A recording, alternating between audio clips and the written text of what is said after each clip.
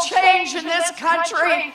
I'm Elizabeth Warren. I'm running for president because I got a plan for that.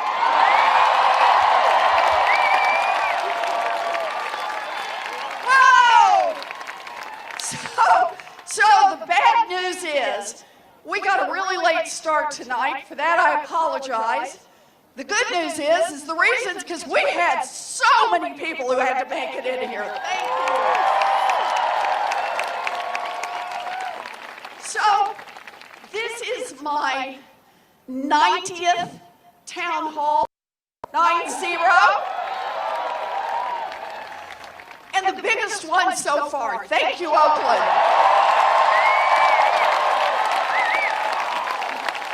I'm coming back to Oakland. Usually when we do these town halls, I talk a little and then I take a bunch of questions because that's a lot of fun. And then at the end, maybe 3 or 4 people want to stay around and get a picture. But pictures, that guy wants a picture right there. Yeah, the one in the sunglasses, I got you. Okay. But since we kind of got a late start tonight and we may have a long selfie line, I thought what we do tonight is I'm going to talk, I'm not going to do questions tonight. I'll try to hit as many topics as I can. And then anybody who wants to stay, I'll stay as late as you want. We'll get pictures. Okay. So, I'm going to tell you a little bit about myself, tell you a little bit about why I'm in this fight. And also say a very deep thank you for being here. 2020, this is it. This really is it. Our country is in real trouble. And the decision that gets made in 2020 is going to echo through the generations. And we got to be in this fight all the way. It's an honor to fight alongside you. Thank you for being here. So, I grew up out in Oklahoma. We got any Okies? 1 or 2? Okay, 1 or 2. I grew up out in Oklahoma. I am the baby in my family. I have 3 older brothers, much older brothers. I was what used to be called a late-in-life baby. My mother always just called me the surprise. Now, all 3 of my older brothers, they went off and they joined the military. That was their ticket in America. So my oldest brother, Don Reed, he was career military. He spent about 5.5 years in combat in Vietnam. We were lucky to get him back home. Thank you. My brother John, he spent a year stationed overseas and then came back to work construction the rest of his life. My 3rd brother, David, he trained as a combat medic. Now, we have a rule in our family, and that is never choke around David. The reason is, notwithstanding that he is now in his 70s, he is convinced he could do an emergency tracheotomy, and he's just looking for his big chance. So, it makes for some very exciting Thanksgivings. Somebody goes, and everybody just backs out of the room. One me. So, I'm close to my brothers. All 3 of them live back in Oklahoma now. And I stayed in close touch with them. When we were growing up, our daddy had a lot of different jobs. He sold paint, he sold carpet, he sold fencing, he sold housewares. And when I was in middle school, the boys were all gone, and to this day they are still referred to as the boys. The boys were all gone, and it was just my mom and my daddy and me when my daddy had a massive heart attack. And we thought we were going to lose him. But he held on. But when he got home, he couldn't go to work for a long, long time. And we lost the family station wagon. And at night, I used to hear my mom talk. She would come in, she'd tuck me into bed, she'd kiss me goodnight. She'd tell me everything was fine. And then she'd leave, and I'd listen while my parents talked to each other. That's where I learned words like mortgage and foreclosure. And I still remember the day when I walked into my folks' bedroom and laid out on the bed was the dress. Now, some of you may know the dress. It's the one that only comes out for weddings, funerals, and graduations. And there's my mama in her slip and her stockings, and she's pacing back and forth, and she's saying, "We will not lose this house. We will not lose this house. We will not lose this house." She was 50 years old. She had never worked outside the home, and she was terrified. And I'm just standing there in the door. I'm just a kid.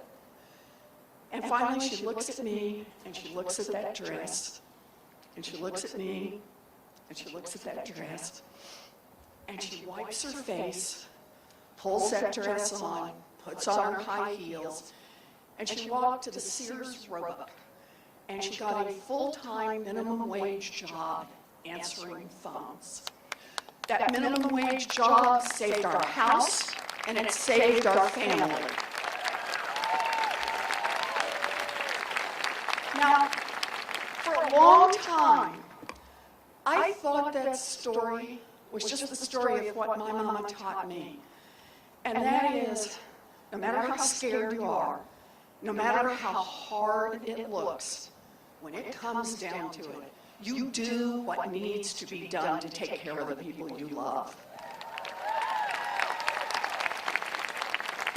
And it was years later that I came to understand that wasn't just a story about my mother. It's a story about millions of people all across this country. People who, no matter how scared they are, no matter how hard it is, they reach down deep, they find what they have to find, and they take care of the people they love.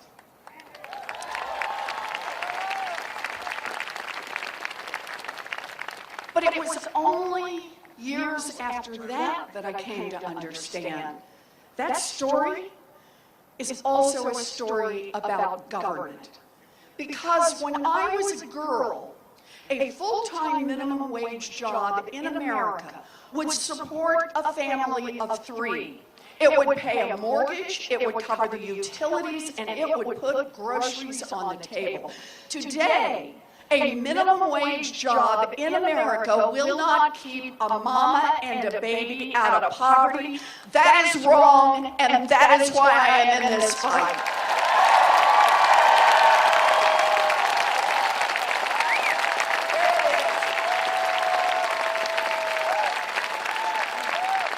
And understand, that difference is not an accident. That difference is not something that just happened because of gravity. That difference is about who government works for.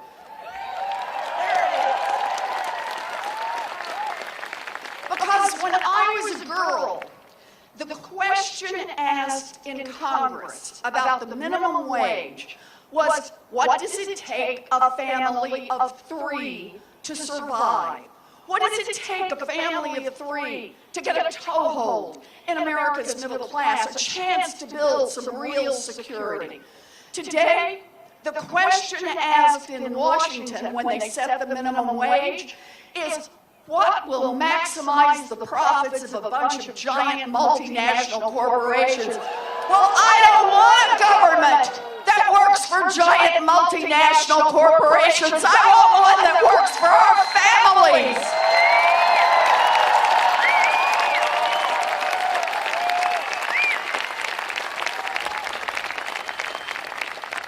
So, I said the 3 boys, they all went off, they joined the military. That was for them. Me, I had a different dream. I have known what I wanted to be since 2nd grade. Oh, I hear you laugh. Some of you did not decide until 3rd grade. Even a few fourth grades back there. I can tell. I can tell. No, I have. I've known what I wanted to do since second grade. I wanted to be a public school teacher. Can we hear it for America's public school?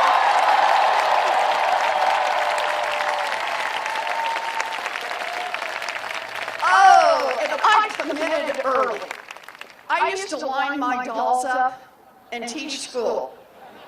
I did. I want you all to know I was tough but fair. Oh, I wanted to be a teacher.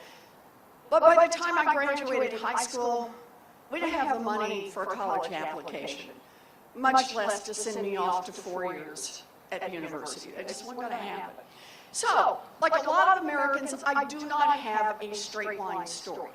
I have a story that has some twists and turns. So here's how it goes. I graduate from high school and I get a scholarship to college. Yay! And then at 19, I fall in love. Yay! And get married to the first husband. Yay! Yeah, I numbered them. And then dropped out of school and got a full-time job, minimum wage, answering phones. And I thought that would be my life, a good life, a life I had chosen, but not the dream. And then I found it. I found it. A commuter college down in Texas, near where we live. Yeah. Commuter college 45 minutes away that costs $50 a semester. Yeah. That was it for me, and I hung on for dear life. I finished my diploma. I became a special needs teacher. I have lived my dream.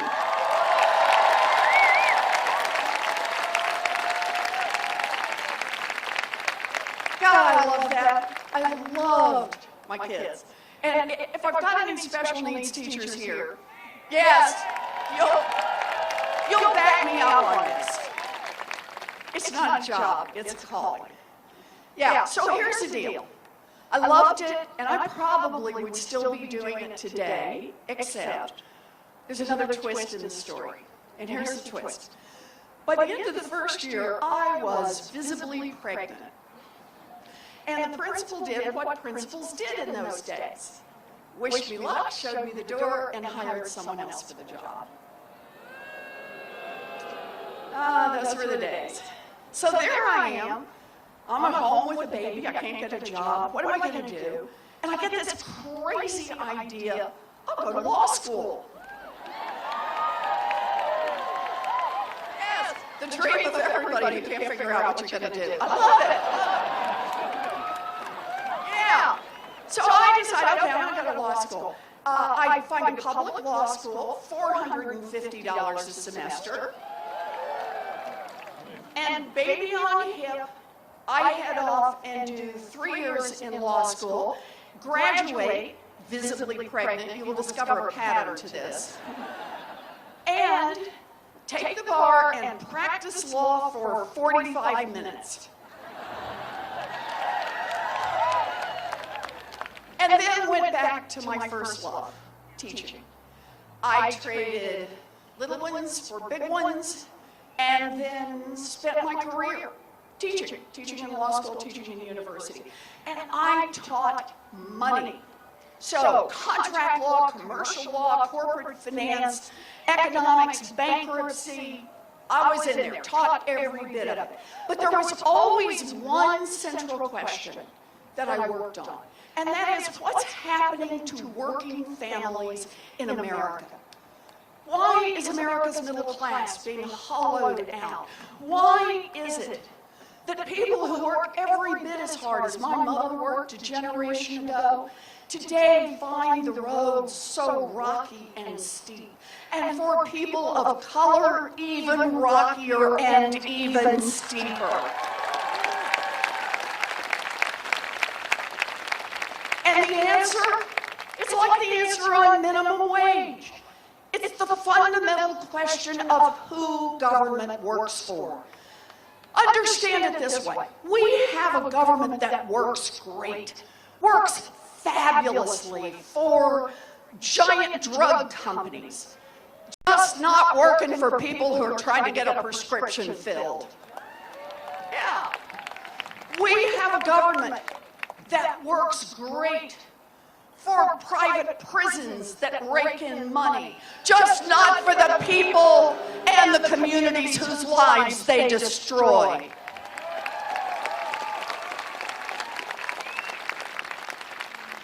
We have a government that works great, terrifically, for giant oil companies that want to drill everywhere, just not for the rest of us who worry about climate change bearing down upon us.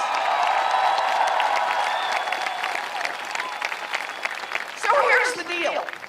When you've got a government that works great for those with money, works great for those who can hire an army of lobbyists and lawyers, works great for those at the top, but it isn't working for the rest of the people, that is corruption, pure and simple, and we need to call it out.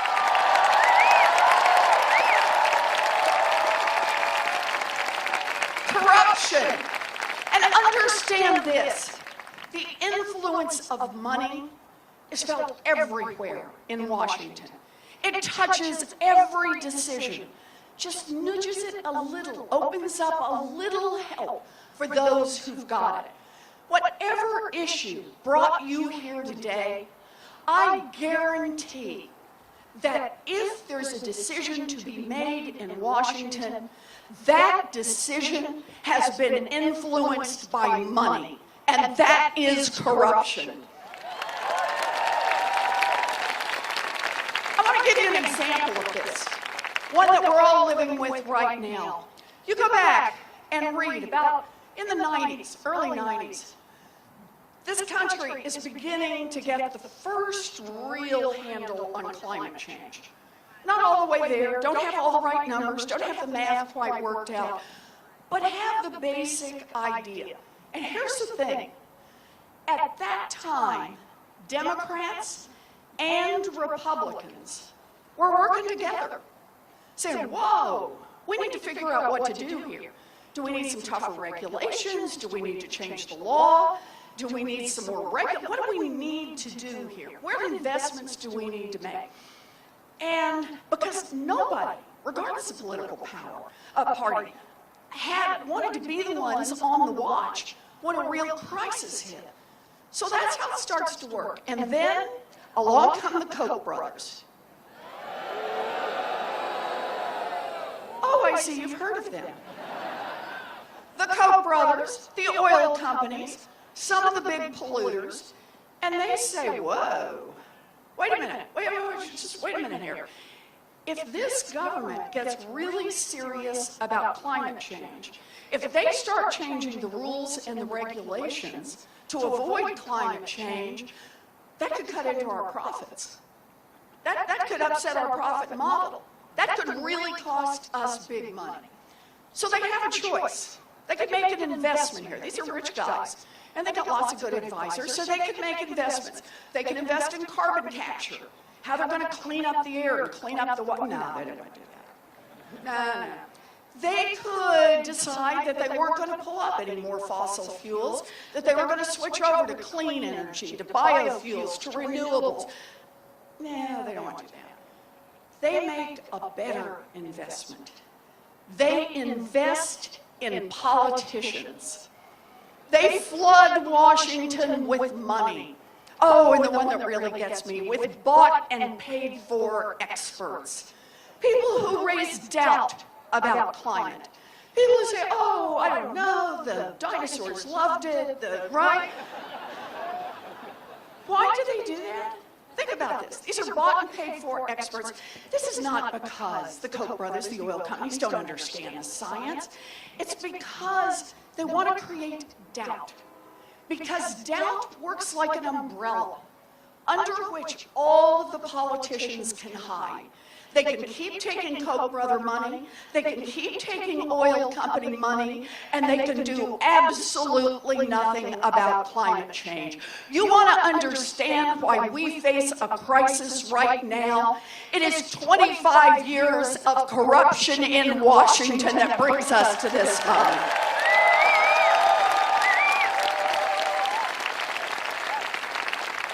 And here's the deal.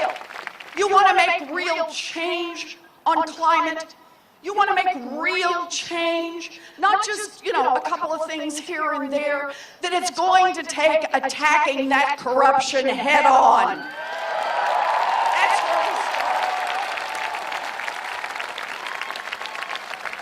So, let's talk about what we need to do. After all, I got a plan for that. All right, let's talk about it.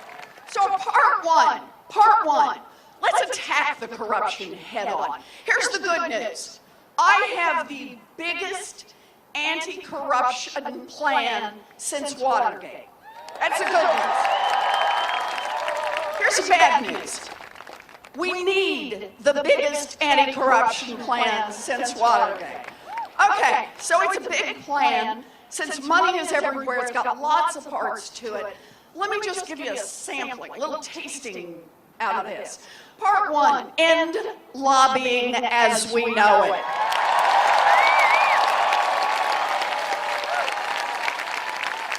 Block the revolving door between Wall Street and Washington. Oh, here's a good one. Make the Supreme Court follow basic rules of conflict of interest and ethics.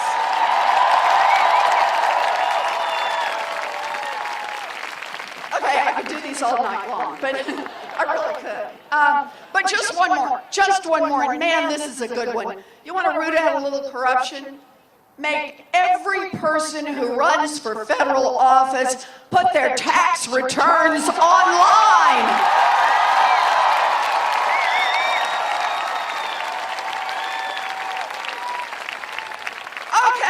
Part one, attack the corruption head on. Part two, we need to make some structural change in this economy. And let me give you a couple of ideas around that. The first one, we got a problem. Real concentration in industry. We got big ag, big tech. Anyone heard of it? Gee, cloud out the sun. Big finance. Okay, we're getting real concentration in these industries. And here's the problem. There are a lot of problems with concentration.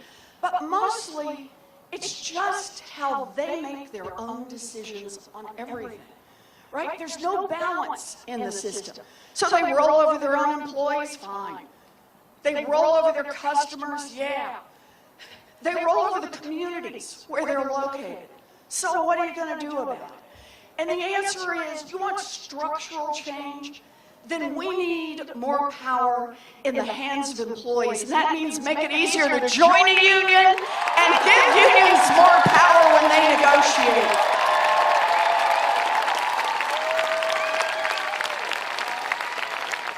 Unions built America's middle class. Unions will rebuild America's middle class. Okay, structural change in this economy. That's part one. How about another one? I want to see an ultra-millionaire's wealth tax. Let's do it. Now let's talk for just a minute about what this means. On great fortunes in this country, those of $50 million and more, on your 50 millionth and first dollar, you got to pay 2 cents. 2 cents, babe. 2 cents and 2 cents on every dollar after that. Okay, that's the idea. And just so everybody understands how a wealth tax works, we may have a few people who own a home or who grew up in where folks were owning a home. It's like a property tax, right? Homeowners have been paying property tax forever. All I'm saying is for the ultra millionaires, let's include the diamonds, the stock portfolio, the Rembrandts, and the yachts. Just kind of the whole thing. 2 cents. 2 cents. And here's the deal. The whole point of this is not to be punitive. It's really not. You know, you had a great idea, you worked hard, you ate lots of ramen noodles, right? Or you inherited wealth.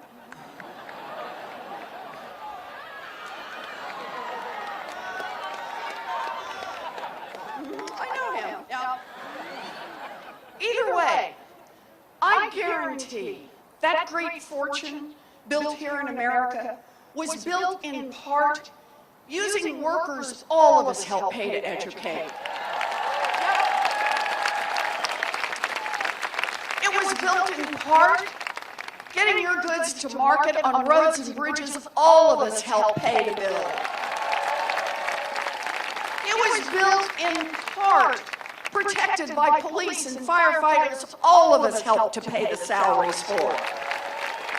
So all we're saying is, you make it big, good for you. That's great. Fabulous that you made it big. But pitch in 2 cents so everybody else gets a chance to make it in this country. 2 cents. 2 cents. And here's what we can do for 2 cents. You ready? Okay, 2 cents. Universal child care for every baby age 0 to 5. 2 cents. Plus, I'm going to keep doing these together, plus universal pre-K for every 3-year-old and 4-year-old in this country.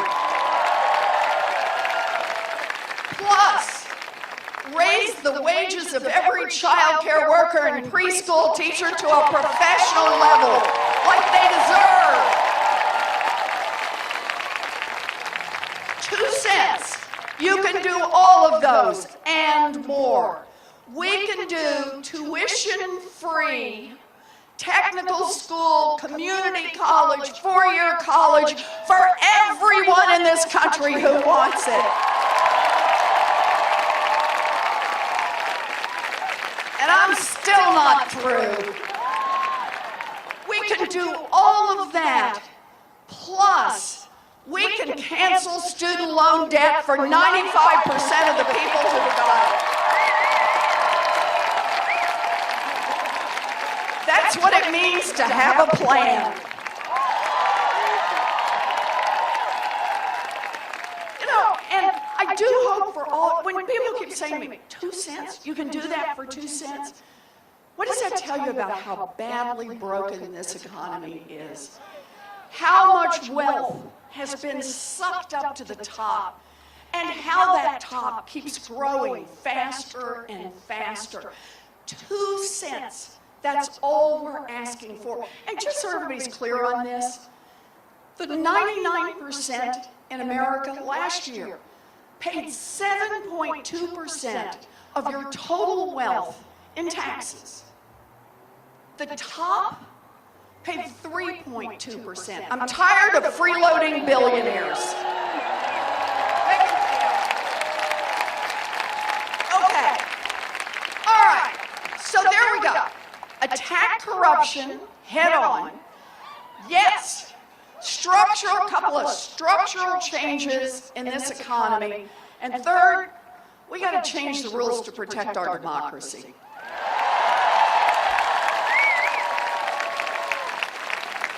I want to see a constitutional amendment to protect the right of every American citizen to vote and to get that vote counted.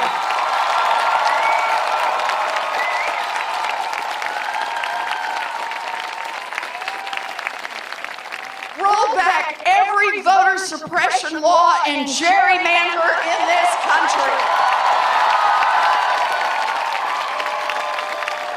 Oh, and I'll just do one more. Overturn Citizens United. Democracy is not for sale. So there it is, just 3 things. Right? Just 3 things. Attack the corruption. Put a little different structure in this economy and protect our democracy. Can I do this? Now, understand this for me. Those things are tied to each other. They're not just random things. What they're all about is opportunity, a chance to get in the game, a chance to build something going forward. And it looks different for everybody, but it is that chance. It's about a chance to get a good education from zero all the way through. And not just for some of our kids, for all of our kids. It's about a chance to get a good job. It's about a chance to be able to start your own business. It's about a chance to buy a home, to start a family. Remember, I'm a special needs teacher. It may be about a chance to live independently, but it's about a chance to build a future.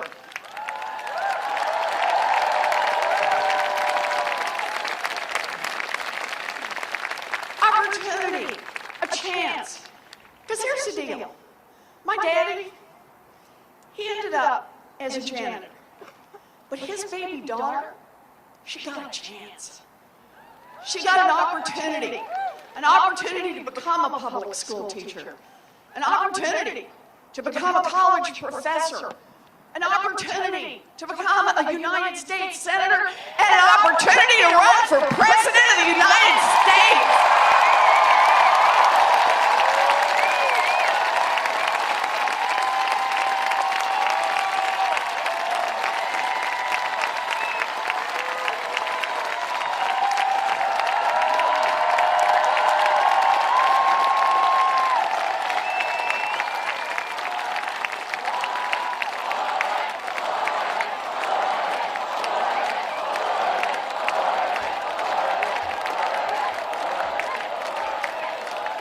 So, 89 times when I've done this before, this is the point where I stop and I take a lot of questions. But what I want to do tonight is just a quick one, a lightning round of things that I get asked over and over. So let me just mention a couple. Another mass shooting today. And it's not just the mass shootings. It's the ones that never make the headlines. It's the kids who are shot at the playground, on the sidewalk, in their own homes. Gun violence touches families every day. 7 of our children died today from gun violence. And it will happen again tomorrow, and the next day, and the next day.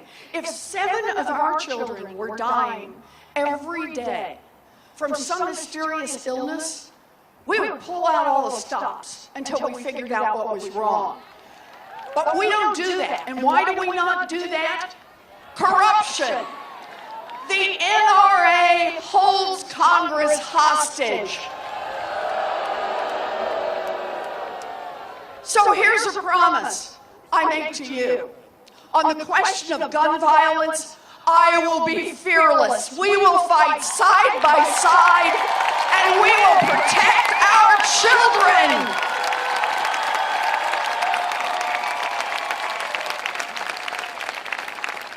Okay, I got to tell you about one more thing. We're just going to tuck these in. And that is, because we got to say this whenever we get together, health care is a basic human right. We fight for basic human rights. I believe in Medicare for all. That's how we're going to provide health care to every American in this country. But I want to say one more part about this, because this is a part, we got to talk about who we are as a country, and health care is a place to do this. You know, it's been not quite 2 years ago now that the Republican majority in the House voted to roll back health care for millions of Americans across this country, tens of millions. Yeah. But here's the thing. They vote to roll back health care. You know what they do next? They give each other high fives. What kind of people high five each other for taking away health care from tens of millions of Americans? That was to the point. So, what do we do as a country? And this is a moment, I think, we got to go back and kind of get down to the basics on this.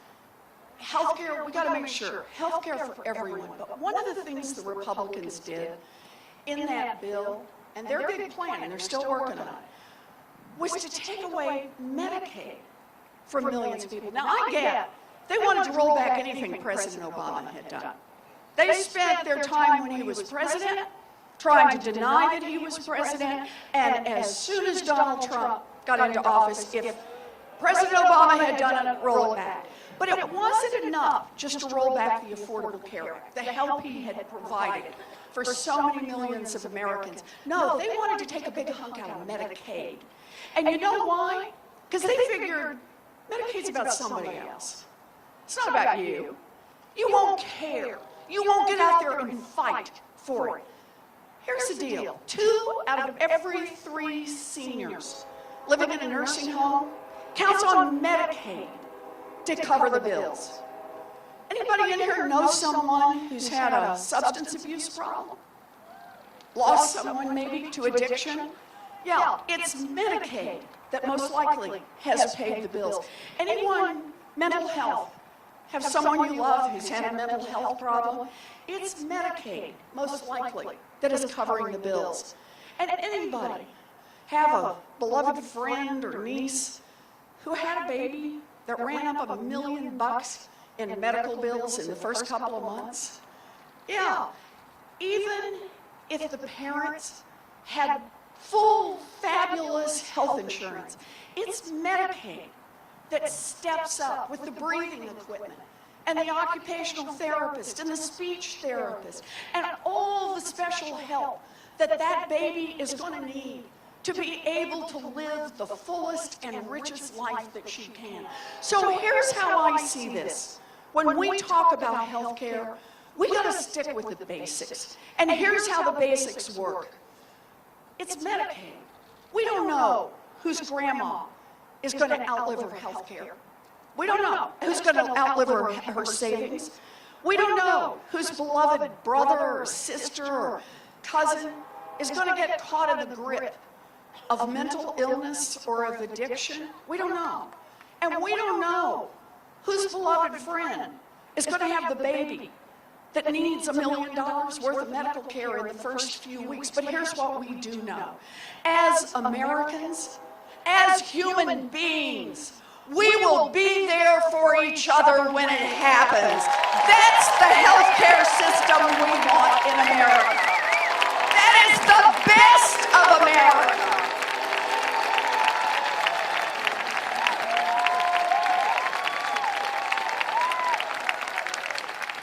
Okay, and if I took one more question, I think the question would be about immigration. So let's do this one. The idea of a border wall, that's not about security, that's about hate. Again, this is down to our... So let's just lay them out there. We're going to protect our dreamers and make sure they have a path to citizenship.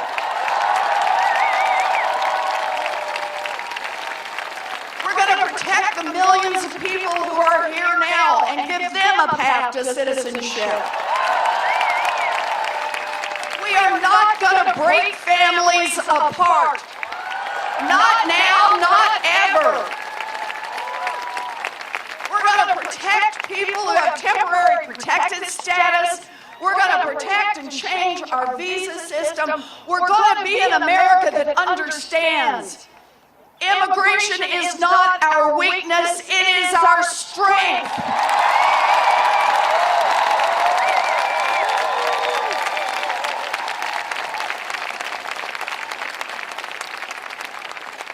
Okay, so those were 3 good questions that you all asked. But they are. They're the 3 I get most often. And so I just wanted you to do them a little bit here. You know, I get it. There's a lot we need to do. There's a lot that's broken. And when I first got into this race, I went out, I talked about it on the first day, and I was in there about, here's a plan and here's another one. And I went back to the Senate. And another senator came up to me and said, I saw you this past weekend. You know, pretty gutsy to get into that Senate race, to the presidential race. I said, yeah, it is.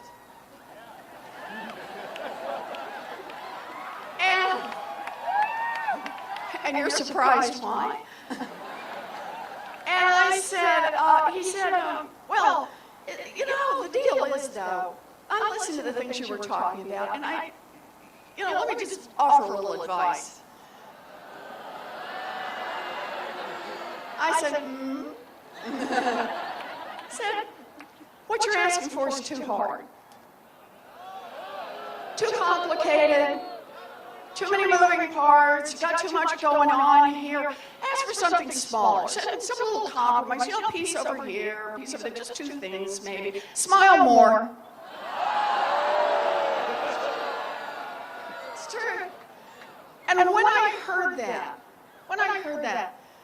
I found myself thinking, so what do you think the naysayers said to the abolitionists? Give up now. It's too hard. Just quit. You'll never get that done, right? That's not going to happen. What do you think they said to the suffragettes? Quit now. Too hard. It is so not going to happen, right? What did they say to the early union organizers? Quit now. Too hard. You'll never get this done. What did they say to the foot soldiers in the civil rights movement? Give up now. America is not going to change. What did they say just a few years ago to the LGBTQ activists, the ones who wanted equal marriage, equal rights? They said, give up now. Too hard. You'll never get that done. But here's the deal. They didn't give up. They got organized. They built a grassroots movement. They persisted. And they changed the course of American history. This is our moment in American history. Our moment to dream big. Our moment to fight hard. And our moment to win.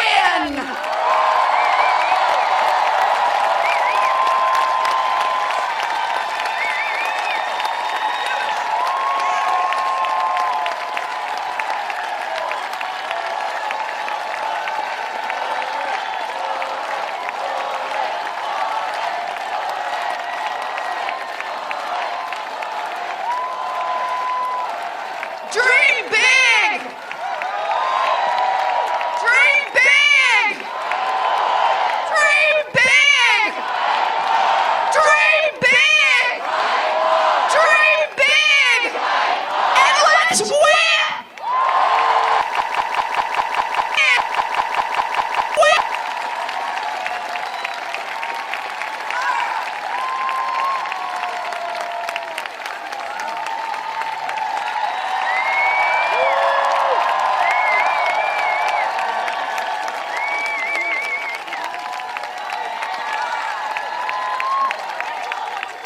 Let's give it up one more time for our next president.